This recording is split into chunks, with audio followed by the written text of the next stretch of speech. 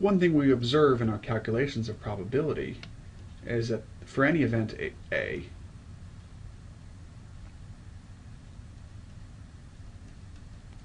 the probability of A occurring must be between 0 and 1.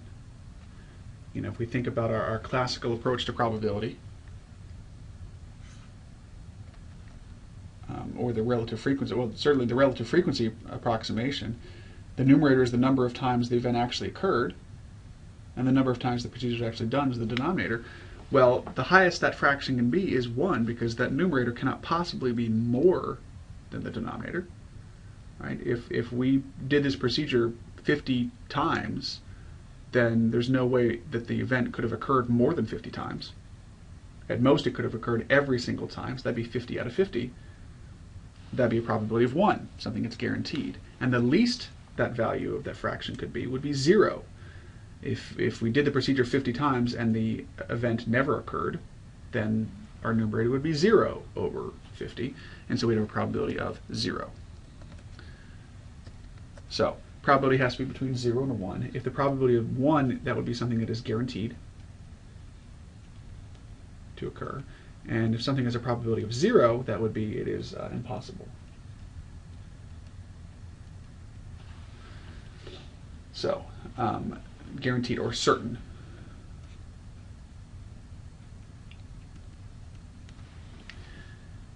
And there are a lot of things that we take for granted are certain, like we say the probability that the sun will be yellow tomorrow is 1, and the probability that the sun will be purple tomorrow is 0. Well, obviously we don't actually know. The sun could explode today, in which case the sun wouldn't be yellow tomorrow, but a lot of times we can use our educated guesses and say, well, I'm pretty sure the probability that the sun will be yellow tomorrow is 1.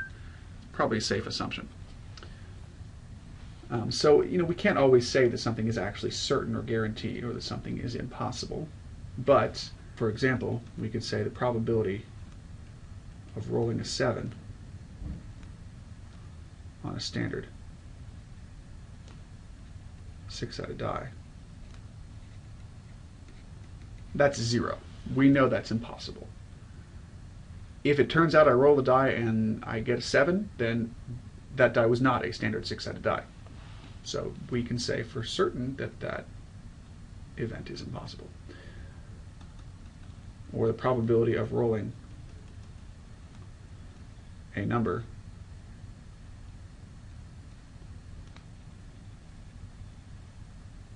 that's less than 7 on a standard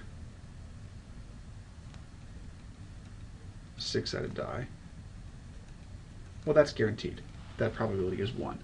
Because again, if I turn out to get a number that's not less than 7, then that wasn't a standard 6-sided die. It was something weird and unusual. Okay. An event is unlikely if its probability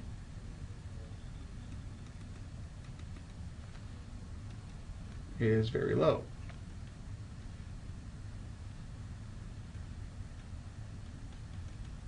We often use 0.05 as kind of our standard, and that's consistent with our extreme outcomes, our range rule of thumb, or the z-scores that we did back in chapter 3. Often about 5% is very often our cutoff between unusual and usual, or likely and unlikely. Okay, just a couple more things in this section. We've got the complement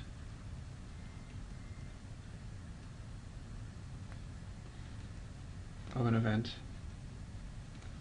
A is this, A with a bar on top of it.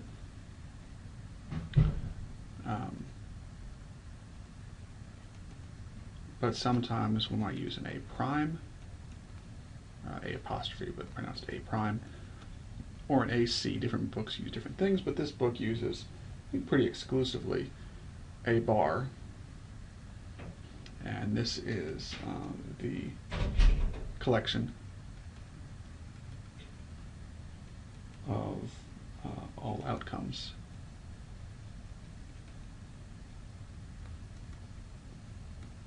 in which A does not occur. So, for example, if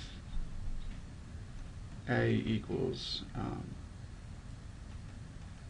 a total of 3 on 2 rolls of a 6-sided die,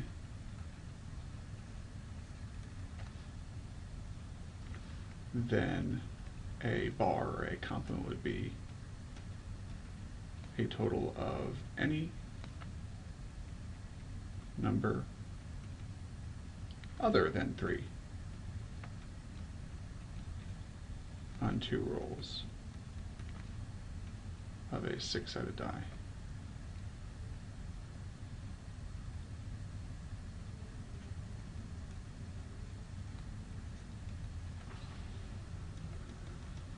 Or if B equals a roll of 5 or 6 on a 6-sided die.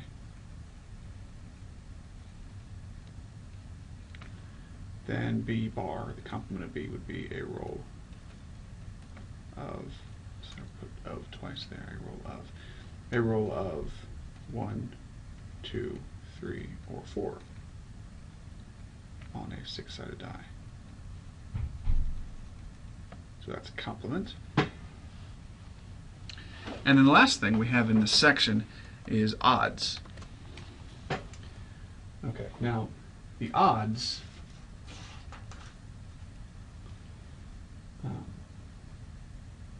against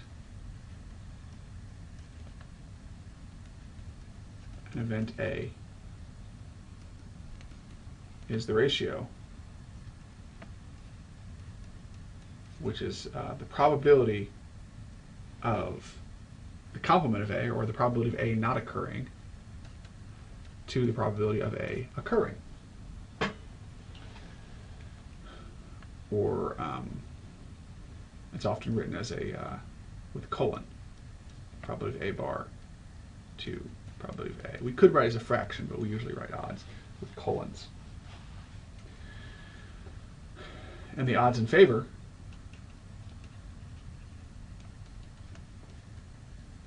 or the odds for an event is the probability of A, probability of A bar. Now, when we're using a classical approach, a lot of times, if we're using a classical approach where A and A bar have the same, we have the same denominator in our fraction for computing these probabilities, then those denominators will cancel out. So we see an example here. Suppose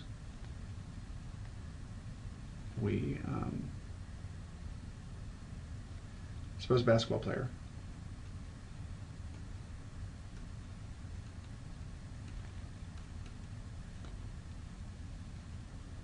has probability of getting a successful shot is 57 over 137, to use the same example we had before. Well, that means the probability of an unsuccessful shot, well, that's the complement of a successful shot. And so the number of ways that that outcome could occur, 137 minus 57, and the total number of possible outcomes, 137. Well, we get our calculator, say what's 137 minus 57, but it's 80. But you can use your calculator for these calculations if you need to. Say 137 minus 57, 80. Right, so we get 80 out of 137. And so then the odds against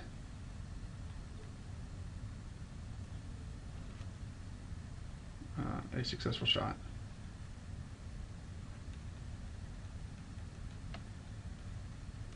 Is technically 80 out of 137 to 57 out of 137. Well, since this ratio is really the same as a fraction, I could write this as a fraction, 80 over 137 over 57 to 137. Well, then I think, what does it mean to divide by a fraction? That's the same thing as taking 80 over 137 times the reciprocal. And those 137s cancel out. We get 80 over 57, which we could, of course, go back and write as a colon, because usually we write odds with the colon like that, 80 to 57. The odds against him making the shot are 80 to 57. So there we go. And the odds in favor would be 57 to 80. Okay. And then another thing that this shows us about probability of complements. Notice that the probability of the complement of A is always equal to 1 minus the probability of A. That is always true. The probability of an event not occurring is equal to 1 minus the probability of the event actually occurring. Not just for this example or odds, or that's always true for any event A. Anytime we're dealing with probability, that's always going to be the case. And then one more type of odds is the payoff odds.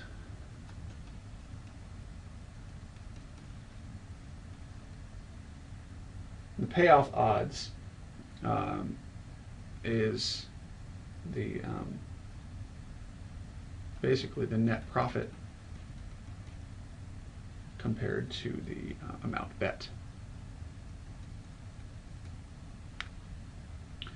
And so what that means, technically those aren't probabilities, but we look at if you win versus the amount you bet. So so for an example, if a football team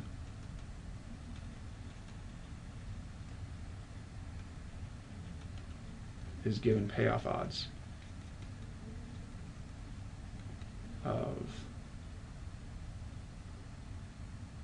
3 to 1,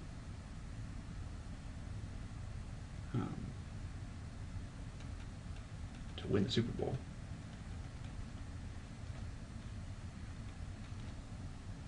What that means is that we have a ratio.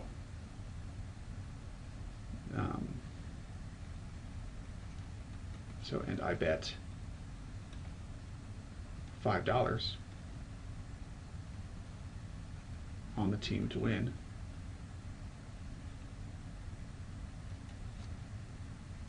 Well, my payoff odds is a ratio, and I know I bet $5. I want to know what my profit will be. Well, the ratio